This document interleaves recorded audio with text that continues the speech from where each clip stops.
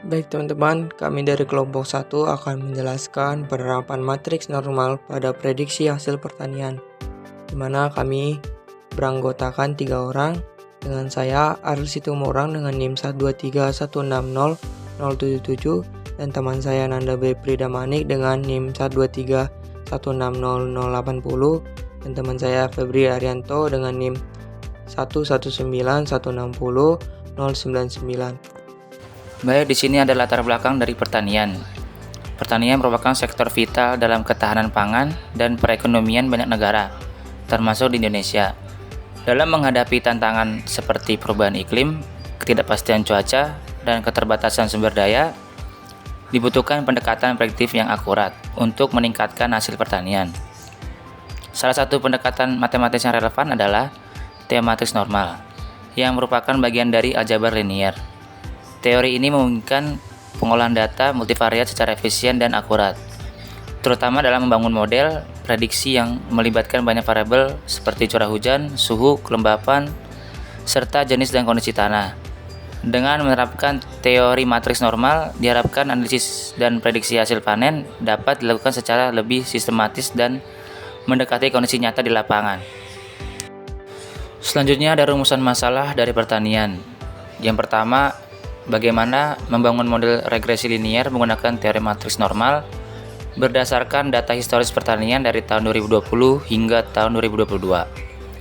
Yang kedua, bagaimana hasil prediksi luas lahan dan hasil panen tahun 2023 untuk komoditas kelapa sawit di Aceh serta kopi dan teh di Sumatera Utara menggunakan pendekatan tersebut.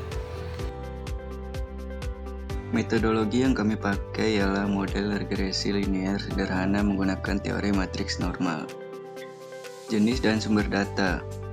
Penelitian ini menggunakan data sekunder yang diperoleh dari BPS.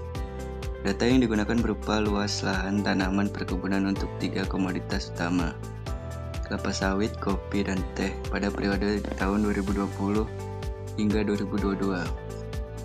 Fokus wilayah penelitian adalah Provinsi Aceh untuk komoditas kelapa sawit, Provinsi Sumatera Utara untuk komoditas kopi dan teh.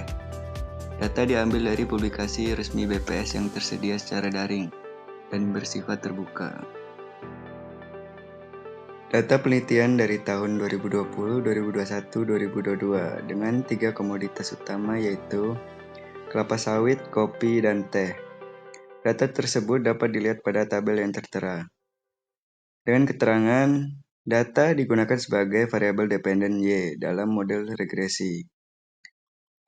Variabel independen X adalah tahun, yaitu 2020, 2021, dan 2022. Prediksi untuk tahun 2023 dihitung berdasarkan model regresi linier dengan pendekatan teori matriks normal. Baik teman-teman, di sini saya akan menjelaskan hasil dan pembahasan di mana kami akan menghitung salah satu contoh data pada kelapa sawit yang ada di Aceh.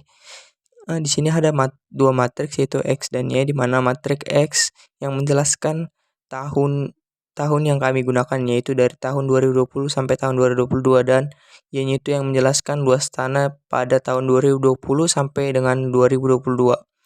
Dan langkah keduanya kami akan mentranspos X transpos X, di mana transpos dari X adalah 111 2020 2021 2022 kalikan S transpos dengan X, maka hasilnya seperti berikut.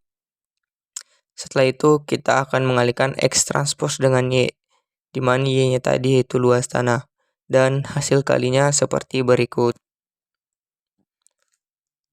Oke, setelah kita sudah menentukan semuanya, lalu kita lanjut ke langkah selanjutnya yaitu menghitung inverse dari X transpos X, di mana X transpos X-nya kita sudah dapatkan tadi, tinggal kita menghitung inverse-nya dengan rumus inverse yang kita tahu yaitu A inverse sama dengan 1 per determinan adjoint A, gitu ya kan teman-teman.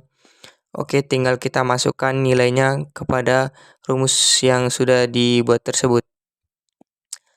Sehingga hasilnya bisa kita lihat pada X transpos X inverse-nya pada matriks tersebut. Oke, baik teman-teman, langkah selanjutnya kita akan mengalihkan X transpos X inverse dikalikan dengan X transpose Y-nya, di mana X transpose Y-nya sudah kita dapat tadi pada langkah sebelumnya teman-teman. Setelah kita kalikan, maka kita akan mendapatkan hasilnya seperti berikut.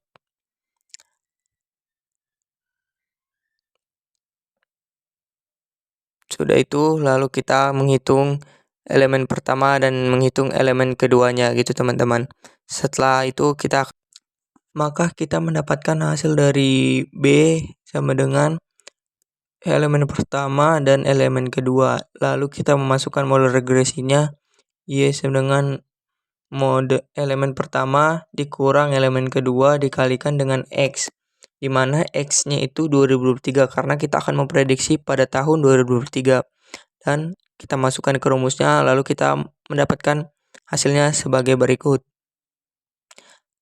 Lalu di sini kita ada kesimpulan, di mana yang pertama, teori matriks normal dapat digunakan untuk membangun model regresi linear yang efektif dalam memprediksi hasil pertanian berdasarkan data historis. Yang kedua, hasil panen diperkirakan 1,77 juta ton sawit dan 74.000 ton kopi dan 3.000 ton teh.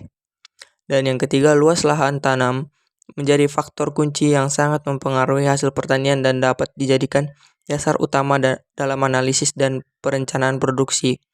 Dan dapat disimpulkan juga teman-teman, salah satu faktor yang dapat mempengaruhi prediksi tidak tepat itu salah satunya yaitu cuaca yang tidak menentu dan tidak bisa diperkirakan seperti itu teman-teman. Dan juga cara pengelolaan petani tersebut terhadap tanaman tersebut, contohnya pada pemupukan atau